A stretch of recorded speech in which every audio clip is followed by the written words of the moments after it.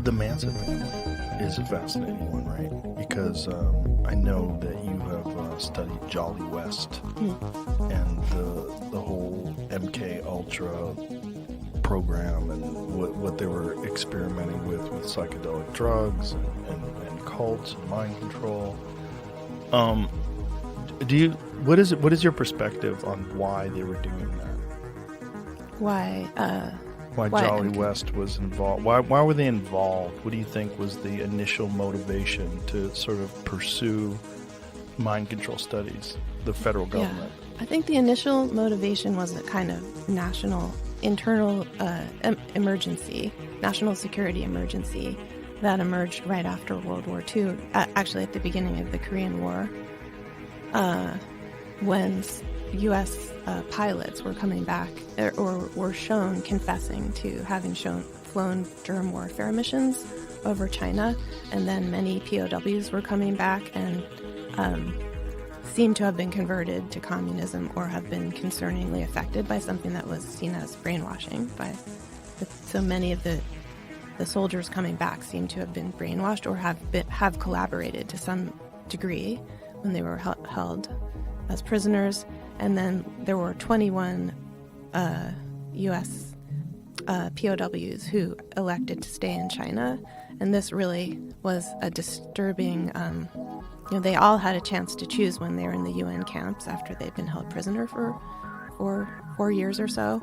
And 21 of them decided that they'd like to try their lot in China. And so this caused this kind of collective, this caused a crisis of, did the communists possess a super weapon of some kind that no other war. There was even a famous article in the New Yorker that said something new in history, that there was some capacity that this ideological system had, the communists had, that was somehow rendering Americans powerless against it. So this was kind of the crisis of mind control, and MKUltra was an attempt to basically reverse engineer what this was. So Jolly West was one of the first people. He was in charge of studying the brainwashed pilots initially, and that's how he. What year was this? That was in 1952. But he also before that he was involved. I mean, he had been trained to some degree with. He was trained by Harold Wolff, who was at Cornell. He had done his residency at Cornell with Dr. Harold Wolff, who is a world neurologist, a world expert in migraine and basically the type of pain that comes from migraine. So you could say he was an expert in the fear pain cycle. And he had CIA connections from even before MKUltra was started. So what did they determine the Chinese were doing? So they determined, West wrote a paper in 1957, and the part that was published in a journal called Sociometry described he described it as DDD, or debility, dependency, and dread. And he said basically these camps were systematically inducing a state of debility, which was that soldiers were starved and basically worn down. They were deprived of medical care. This is also in the historical record. Something I studied extensively is that, men were marched in, for example, the Tiger Death March north of the Yalu River from the war, where they'd been captured. And by the time they got there, they'd often lost half their body weight. They had been bombed by their own forces at night. They sometimes, they had to pour the blood out of their boots every morning just to keep going and not be. Anyone who stopped would be shot. So by the time they got to the camps, they were really worn down. And a missionary who passed them in a train at that time wrote or described in an oral history that he didn't recognize them as Americans, that they were the most bedraggled. It was just they were in a terrible state. And so debility was the first thing West described when he was extracting what had happened. Dependency was, later there was a layer added in which the POWs were dependent for all if they were going to survive, they required, the camp leaders would provide it, so it made them very dependent. And they also engaged in very formal Maoist thought reform with the men as a kind of experiment. And the third part was dread, which was just the idea that you could be killed at any time, or perhaps your family could be, because they threatened the Maoist family. thought reform? Yeah, in the POW camps, the Chinese, once the Chinese took over from the Koreans running the camps, because they decided, I think it was almost a formal experiment, at least that's how it looks to me. I don't think West wrote about this, but in my own research on the camps, it transpires that they wanted to see, because Mao believed that thought reform would work on anybody, not just on Chinese people, not just on Chinese peasants. He felt that only something like 7 to 8% of the human population was unreformable, and those people would be disposed of. But he wanted to check if these American soldiers would also be susceptible to re-education. So they really did a formal, 3-part re-education program on them.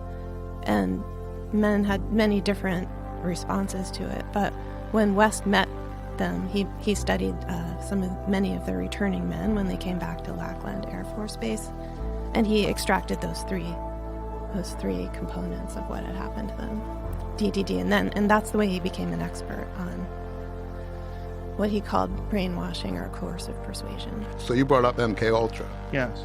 MKUltra was a government program run by the Central Intelligence Agency. Originally started as something called Bluebird in 1948-49, morphed into Artichoke, and then in 1952 became MKUltra. It was a mind control program, a brainwashing program. The CIA was trying to learn how to control people's behavior without their knowledge. Now, this all came out in Senate and congressional hearings in the 70s. It was exposed, but nobody knew about it until 1974, when Seymour Hersh, the New York Times reporter, reported it on the front page of the paper. So their main objective was to create what they called hypno-programmed assassins, people who would kill on command, popularly known as Manchurian Candidates, after a book that was written in 1962 and later became a movie and then a movie again. The people would be, through drugs and hypnotism, the objective was to get people to go and commit an act of murder against their moral code and have no memory of their programming, and be amnesic even of the act after the fact often. That was just that was their main goal, but they were also trying to create couriers, people, military people that they could implant messages, send them, across dangerous areas where there were, at that time it was the Vietnam War, and deliver messages and then have them wiped from their memory in case they were captured. They had all kinds of objectives. So Roger Smith was supervising Manson when he became he was able to do exactly what the MKUltra program had been trying to create and do for, at that point, about 15, 17 years. When it was all exposed in the 70s, and there were these hearings, first the Rockefeller Commission hearings and the church hearings, and then finally Senators Ted Kennedy and Daniel Inouye held hearings. The CIA admitted that they had done this, but no one would say exactly what they did. All the records had been destroyed when the two people who ran it, Richard Helms, who had become the director of the CIA in the 60s, and Dr. Sidney Gottlieb, who was kind of the mad scientist who had supervised they had safe houses in San Francisco, New York, Los Angeles, where they would experiment on people that were lured into these apartments and houses that were either look like brothels or hippie communes or whatever. And the people who were working at the Haight-Ashbury Free Medical Clinic that was run by another Smith, which makes it a little confusing, but Dr. David Smith, who founded it, he had given an office to a scientist named Jolly West, Louis J. West, who was, when the hearings occurred in the 70s, identified as a top MKUltra researcher. He was an academic, come out of the military, had been at the University of Oklahoma, sorry, and then UCLA running the psychiatric divisions. He denied ever being involved in MKUltra. And this was one of the moments, I think it was 2001, when, things really kind of shook the course of my reporting. Was I learned that West had been at the same place that Manson was in the Haight in the summer that Manson became exactly what the CIA was trying to create. And I knew, actually, I'd interviewed West about 7 years before for a story I did about celebrity stalkers and people who were obsessed with stars and then only to kill them or try to kill them. And he was an expert in violence, hypnotism, brainwashing, and he was the chair of the psychiatry department at UCLA at that point. He was dead when his name came up in the Manson story, and there wasn't a lot of, I guess there was a lot of Google then, or a little bit, but when I did a little research, I found out that there had been these allegations that he'd been involved in MKUltra. He always denied it. He was never prosecuted, never even investigated. He went to his grave threatening to sue anybody that said he would have anything to do with this kind of a program. Again, through another long story, but I got access to his files, which had been left at UCLA, and they had never been processed when I called.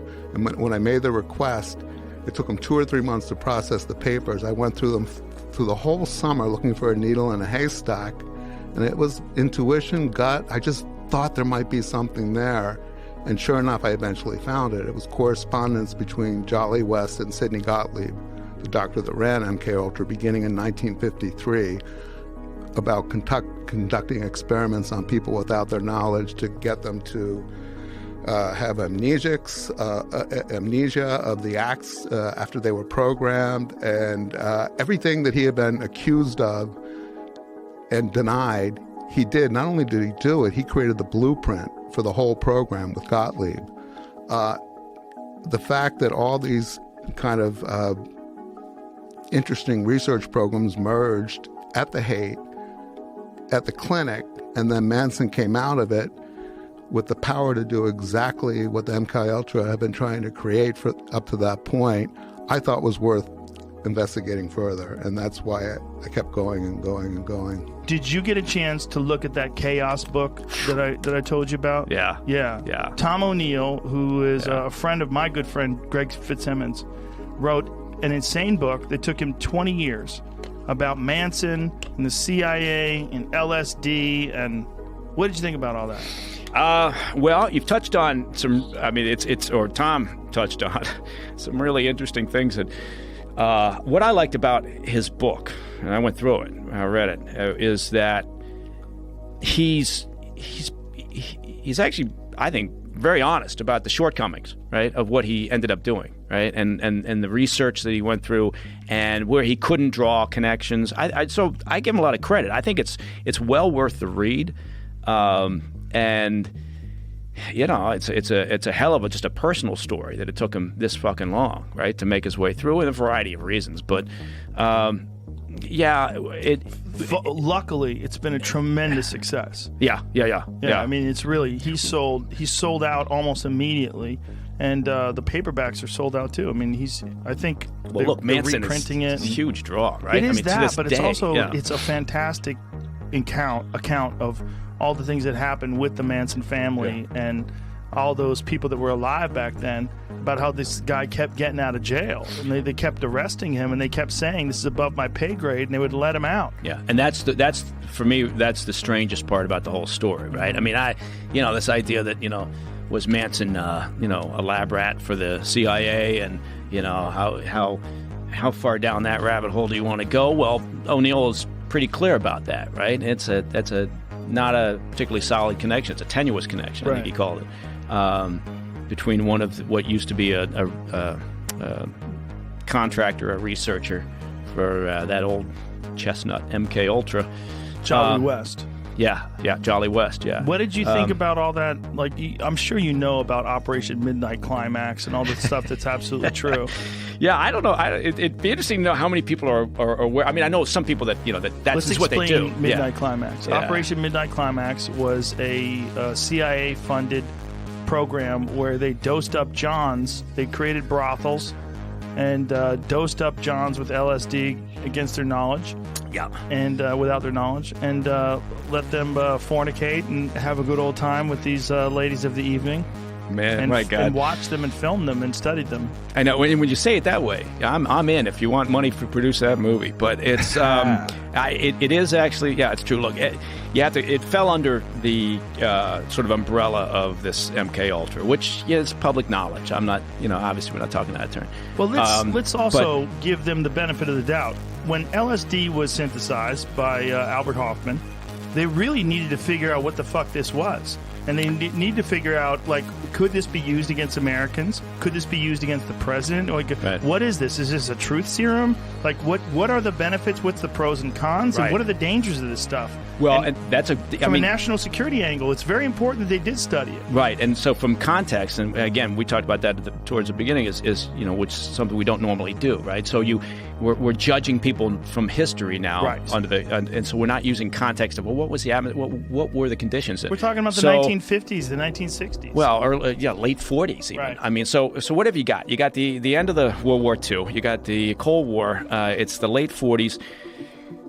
You've got the Soviet Union that is heavily invested in a variety of experiments. Mind control, brainwashing was the sort of the term of the culture, right? And brainwashing was a big issue. Not a big issue, but it captured people's imagination back then. So the late 40s, early 50s, it was the Korean War. We had an existential threat, right? We had nukes pointed at each other. We had, drills in schools, kids hiding under desks. I mean, what the fuck? So with the fear that the Chinese or the Soviets were going to develop mind control abilities was pervasive. And I know, you talk about it now and everybody rolls their eyes and goes, oh my God. But you're absolutely right that you have to understand the context with which then Alan Dulles, who was at the time, the director of the CIA. By the way, the guy who Kennedy fired. Yes. And wound up being a part of the Warren Commission after Kennedy was murdered, which was very strange. Yeah. Oh, okay. Keep going. Oh, I like that. I like where that could go.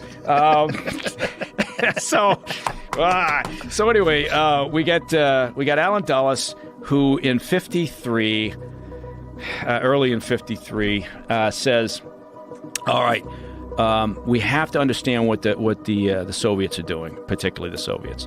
But we also had, again, I'm sure some folks listening know all this, but a lot of folks probably don't. We had POWs returning, American POWs returning from Korea. That was a big issue, right? Because some of them came back, again, quote unquote, brainwashed, and some of them didn't want to return because, again, brainwashing, mind control that, perhaps the Chinese had developed these techniques. So initially the idea was defensive. How do we protect ourselves against this new threat within this Cold War, against these enemies who appear to be devoting a great deal of resources against this? Well, so initially it started out as a defensive effort. MKUltra was the umbrella name for a whole bunch, over 140 projects, sub-projects underneath MKUltra. And it was all based around chemical substances, use of chemicals, use of drugs, behavioral issues with human beings, creating false memories, deleting memory, influencing the behavior, again, of individuals. There were a variety of projects that fell under this MKUltra, and it was, again, starting out as a defensive issue, but then quickly became sort of an offense. There was some sort of a CIA program where they were... Explain how they did it. They infiltrated these hippie communities, and they allowed Charles Manson over and over and over again to get out of jail. Yeah. They knew that he was committing all these crimes, and instead of incarcerating we have to be careful him, when we say they. Who's they? Yeah, we have to kind of break it all down. Let's break it all down. One of the other things I found out that was very significant was that Manson had a parole officer, his first parole officer, who kind of had given him a get-out-of-jail-free card for the first year after Manson was released from prison in This was Smith? Roger Smith, yeah. And he was a criminologist in the Bay Area. Manson violated his parole the day that he was released in Los Angeles. And this is one of the, you'd think it's a little lie, but it's an important lie that Vince Bugliosi presented, not just at trial, but also in his book. At trial, it's much more serious. He changed the narrative. He said Manson had been given permission to travel to San Francisco from L.A. when Manson was paroled. Manson hadn't been given that permission. He just showed up there. They originally were going to violate him, send him right back to prison, and someone stepped in and took care of that and let Manson stay in San Francisco, and he was assigned to Roger Smith. It took about a year and a half, but through a Freedom of Information Act process, I got his federal parole file.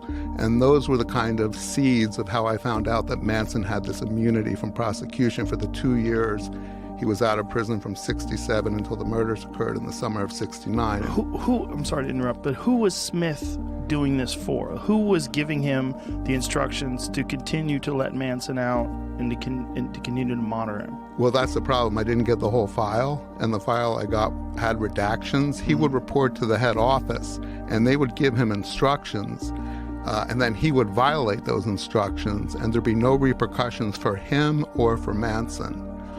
For instance, Manson was arrested in July of 1967, 3 or 4 months after he got out of prison, when he was under Roger Smith's supervision, for interfering with an officer who was trying to arrest one of his first young followers, Ruth Ann Morehouse, who was 15. And he was put in jail, pled out, so he got a 3-day sentence, a new probation sentence as well, and all that was hidden. Like, it's not in Bugliosi's book. The parole officer, Roger Smith, a week later wrote to the head office that Manson was doing fine, and he actually recommended that Manson be allowed to go to Mexico and work in Mexico. And the head parole office in the United States, since it's federal, wrote back and they said, that's insane. He was the job that he was going to do in Mexico was surveying soil for insecticides. I mean, it had nothing to do with, and I have all these documents showing this. Who was hiring him, Charles Manson, to survey soil? It was a company in Nevada which disappeared a couple years later. Many homeowners are afraid that they will be part of the unhappy group that suffers from overcharged prices, subpar workmanship, or an unfinished renovation, even though the majority of people manage to get through the hassle and spend less money in the end and appreciate the results. The do-it-yourself couple focused on the basement after remodeling the major living areas on the first and second stories. It was a simple enough start to the basement improvements. Despite the presence of some graffiti on the basement walls, the homeowners remained unfazed and unaware that something frightening might be concealed beneath their feet. The homeowner kept going, documenting his house remodeling endeavor with images as he went along. As he began chipping away at the walls, he uncovered unassuming graffiti splattered across the basement. He didn't take much notice of the widespread colors surrounding him. The homeowner continued with his work, cleaning the area before he began hammering through it and documenting every step of the way with a camera on hand. Upon taking it upon himself to begin the arduous work of ripping down the ceiling, he partially destroyed some walls. Between the flooring and the ceiling, something was concealed. He went to take a closer look, but the object was placed incredibly well between the rafters. With some strength and a lot of courage, he grabbed onto the object and pulled it towards him. He soon noticed that this massive bulk was a suitcase, a vintage green and grey bag that had been left here for no one to find. For some reason, he felt apprehensive about it, so he contacted his wife and patiently awaited her arrival. What on earth might be inside the old luggage if someone had gone to such extremes to conceal it for all these years? As he patiently awaited his wife's arrival, he began to examine the bag and was slightly taken aback by its weight. Whatever secrets were within the little luggage had to have been enormous. The fact that the luggage was so discreetly concealed led him to speculate that it may contain valuable or important possessions for someone. He couldn't help but wonder what might be inside this old bag. He was getting impatient. As soon as his wife arrived, he explained everything in excitement. It felt like Christmas to open something they knew nothing about. Together, they opened the case, but at first, nothing seemed to be off. Inside the case, were bundles of wax paper that wrapped something rectangular. They were still in the dark as to the contents and good fortune contained within this small bag. But when they took out the bundles, everything made sense. After that, the homeowners proceeded to remove the wax paper layers that concealed the enigmatic item.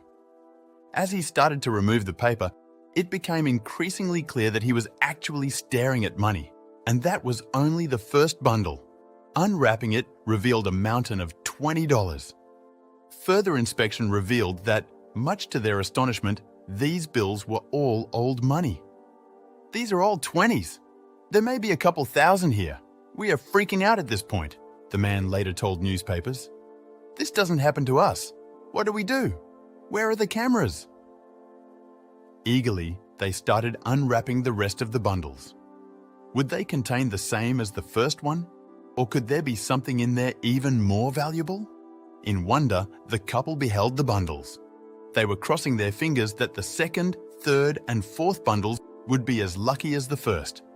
They began enthusiastically removing the wax paper layers. But they didn't contain $20 bills.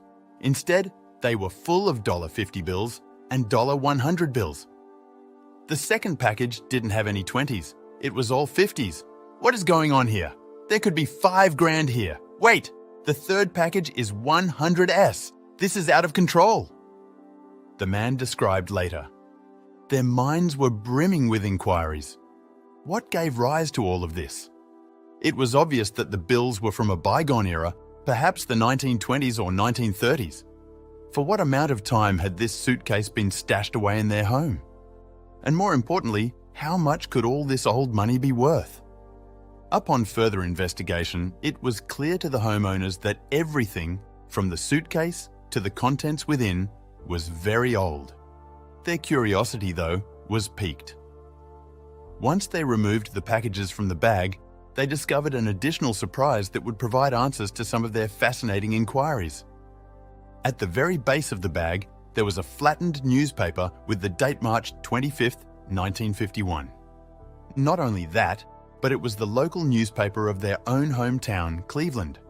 They were both thrilled and taken aback by the wonderful discovery they had made, but would the money have any value in today's market? Is there anything more this basement might be concealing? It was a windfall that the pair couldn't believe. There were certain banknotes in the bundles that were considered stables, which meant they were never traded. Plus, none of them were from less than 70 years ago. What a fantastic discovery. They were so shocked and taken aback that they sought legal counsel to help them assert the value of their treasure. The lawyer admitted that all the money that was found in the suitcase was roughly worth $23,000. The homeowners couldn't believe it. This was a wild ride for us, and I hope you all enjoyed it too, the man would write as he posted his pictures on Reddit. We are boring people and have been dumping our extra money to pay off our mortgage, and that is where this money will go to. The entire procedure had been photographed by the man. As he posted his last image on the internet, he didn't know that this wouldn't be the last of their surprises. Their interest intensified. What more secrets did their walls conceal? A frightening new secret was unearthed by the homeowners not long after, prompting them to call the FBI for assistance. The homeowners were aware that they could not abandon their partially renovated basement and so had to press on with the renovations. Unbeknownst to them, the stack of money wasn't the only surprise they would find. A second case concealed between the rafters became apparent to the do-it-yourselfer the moment he resumed destroying more of his ceiling. Could it be true? What would this suitcase contain, and what else did their mystery house carry within it? Because he was sure it contained something valuable, he patiently awaited his wife's return home so they could share the joy of opening it. Examining this new case against the last one, they both were seemingly identical. That this bag held the same items as the last one is totally within the realm of possibility, isn't it? The duo wasted no time in revealing the case's contents. They had high expectations for the second one because they had already discovered the valuable treasure it contained. However, the contents of this new suitcase were different. No wax-wrapped wads of cash were found. Rather, the case was neatly stacked with cash. They both gasped. How much money was in this case? And what other surprises were they going to be subject to? The second bag had a larger windfall than the first.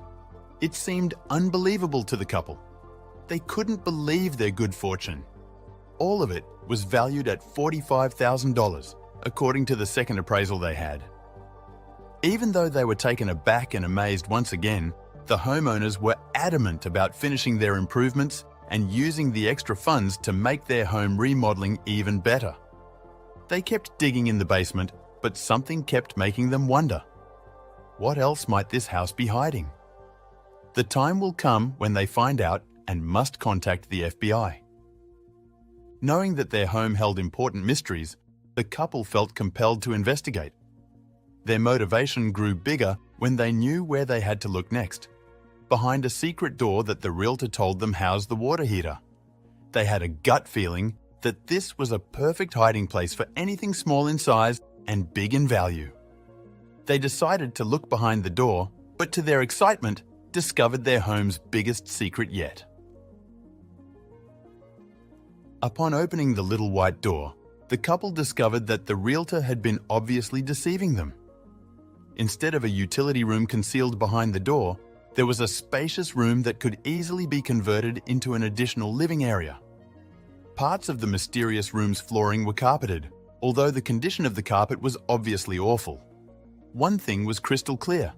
This room had been utilized, and someone had gone to tremendous efforts to conceal it. The place had an ominous, musty stench. This room had remained unknown to the couple throughout their many years of residency in the house. A sense of unease washed over him, and he ordered his wife to remain outside the room as he investigated it. As he began looking, he discovered something even more mysterious. Another door. But this door was no ordinary one.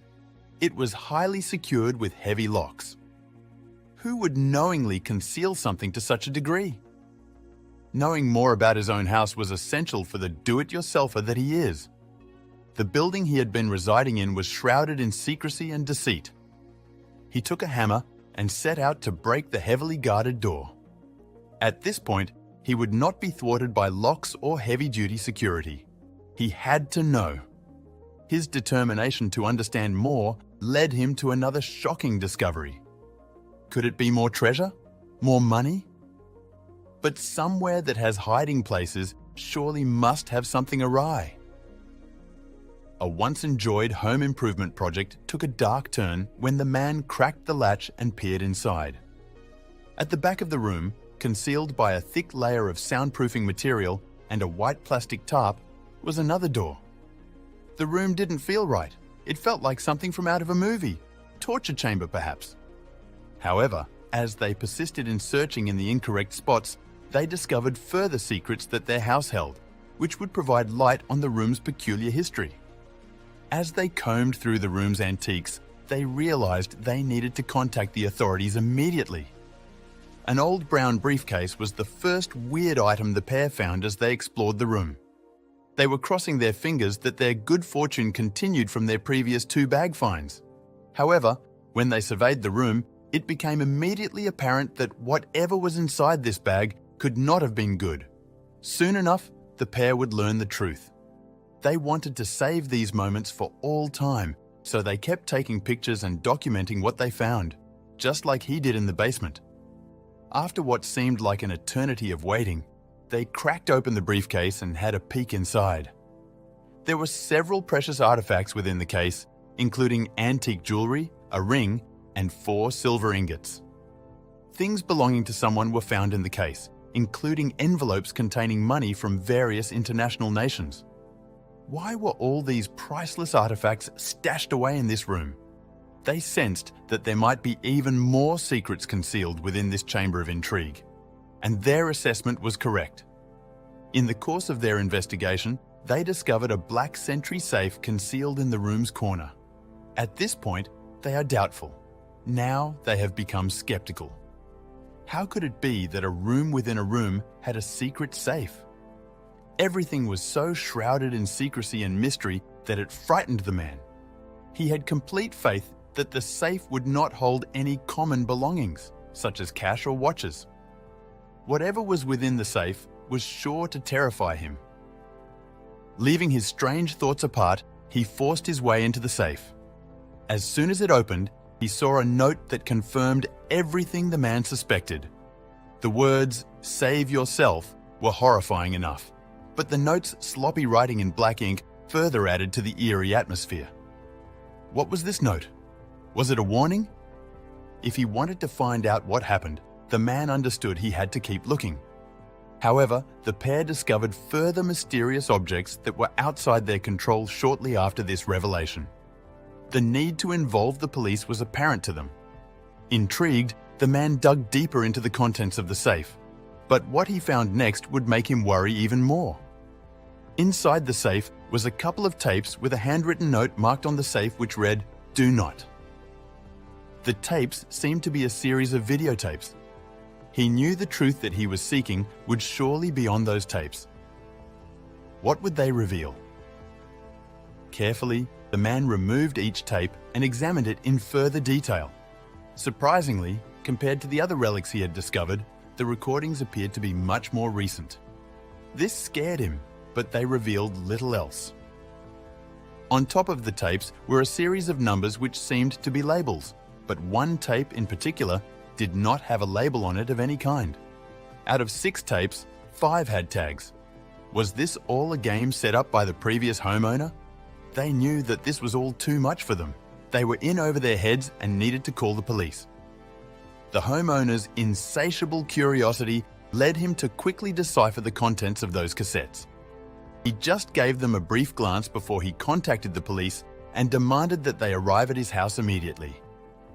The FBI wasted little time seizing the tapes, and no one knows what was on them. Except for the homeowner, the FBI, and whoever made them. The man's curiosity led him to find something he certainly wished he hadn't. What did the secret recordings contain? Maybe we'll never find out. The media has made wild assumptions about the contents of the tapes, claiming they show horrifying murders committed in the enigmatic soundproof room. However, the subject remains unanswered. What exactly was recorded on the tapes? The investigation the homeowners had done on their homes raised a lot of questions regarding the connection between the money found in the cases and the tapes. What was this home's past, and what other hidden mysteries could it contain? Matter of fact, what would you do if you found money or mysterious artifacts hiding within the walls of your house? More importantly, is it safe to state that you have a thorough understanding of your home and everything in it? Meanwhile, a builder's good fortune turned out to be cursed when he found a large sum of money concealed within the walls of a property he was renovating. While removing plaster from the bathroom wall studs, Kits discovered $182,000 worth of money concealed in boxes and wrapped in pre-WWY Cleveland Plain Dealer news articles. The money was in such good condition, and some of the bills were so rare and collectible that one currency appraiser valued the treasure at up to $500,000. There was one problem though. The walls from which Kits pulled the money aren't his walls. The house isn't his house. Whose money is it exactly? No one knows for sure. But how to share? The homeowner offered 10%. He wanted 40%. Then things went sour from there.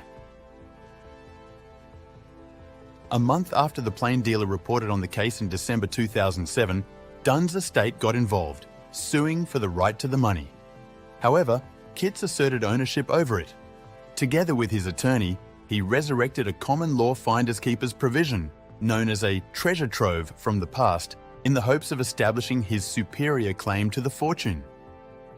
The attorney for Kits had planned to sue Amanda Reese, the homeowner, in the hopes that she would either give up the money she had held or split it with him. The windfall discovery amounted to little more than grief for contractor Bob Kits, who couldn't agree on how to split the money with homeowner Amanda Reese. It didn't help Reese much either. A bank had lately foreclosed on one of her properties, and she was contemplating bankruptcy, according to her deposition testimony. And just a small portion of the loot will go to the 21 direct descendants of Patrick Dunn, the rich businessman who squirreled away the newly minted cash during a period of widespread unemployment and bank failures. If these two individuals had sat down and resolved their disputes and divided the money, the heirs would have had no knowledge of it, said attorney Gid Marcinkovicius, who represents the Dunn estate. Because they were not able to sit down and divide it in a rational way, they both lost.